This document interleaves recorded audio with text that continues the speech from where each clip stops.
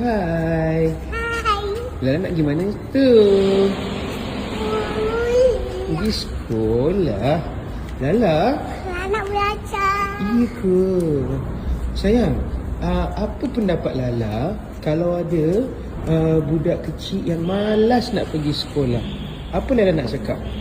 Lala nak cakap. Kalau Cakap. Lala ni petah betul ya bercakap. Memang seronok dengan Lala bercerita tu ya.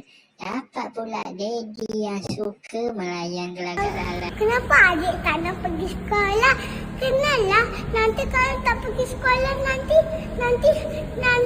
teacher adik mahu tahu tak? tapi dia cakap dia takut nak pergi sekolah. Kenapa nak takut pergi sekolah? Sekolah tu takut ke? Tak ada stranger pun. Tak ada stranger kan? Tak ada teacher je. Lepas tu Dia ingat teacher tu stranger ke bukan?